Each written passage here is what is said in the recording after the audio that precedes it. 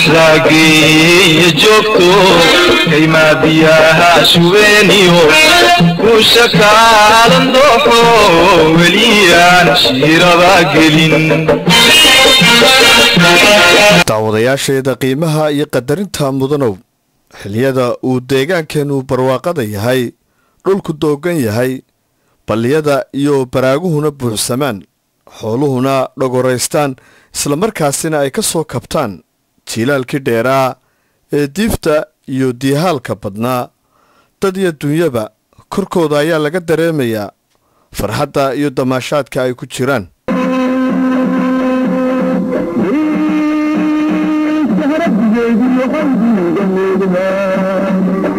xilliga naqa iyo cusubka waxay indhahaagu nuursanayaan nimcada rabbi dhigay deegaanka quruxda lagu bilay baadka iyo biyuhuna meel walba ceegaagaan xitaa waxaa dhacdaa meelaha kaymaha ah inaad ka maqashid ciida shimbiraha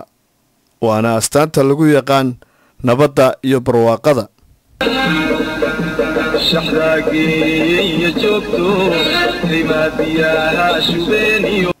sidoo kale waxaad aad iyo aad uga mabsuudaysaa markaad aragtid xoolihii oo daaqaya aqalka duleedkiisa oo doogga iyo biyuhuna jiifaan waxaanaad is odhanaysaa waxaanoo barwaaqo ah ee isku dhacaysa ilaahay oo maad sanadkoo dhan uga dhigtid sidaasi iyo weliba siyaado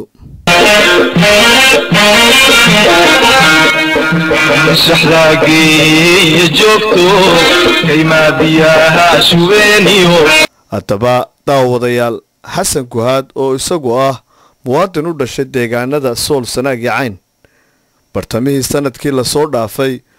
wuxuu socdaal dheer oo lug iyo baabuurba isugu dhafan ku maray deegaamo aad u tiro badan oo dhammaantoodna ku yaalla gobolka cayn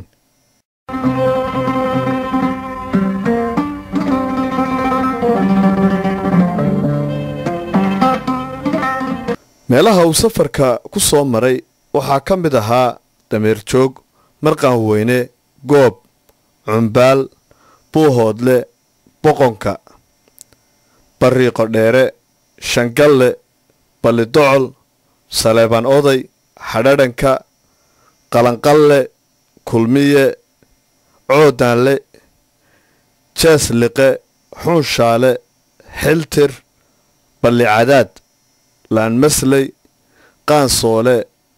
halgariire qudhacdhallaan laan xabaalan balliga reer maxamed kiish waraabe kuusay daahyaale fardallaaye iyo heegaale oo dhammaantood baa ka tirsan gobolka cayn haddaba isku soo wada duubo safarkani wuxuu ahaa mid aad u xasuus badan isla xasan guhaad laftiisa ayaa sawiradan quruxda badanna ka soo qaaday deegaanka waxaana isku dubariday bahda aftaag production iyo bahda mareegta jidbaale.com oo iyadu mar walba diyaar ula ah inay shacabkeeda ka haqabtirto xaaladaha dhabta ee ka jira deegaanada sool sanaag iyo cayn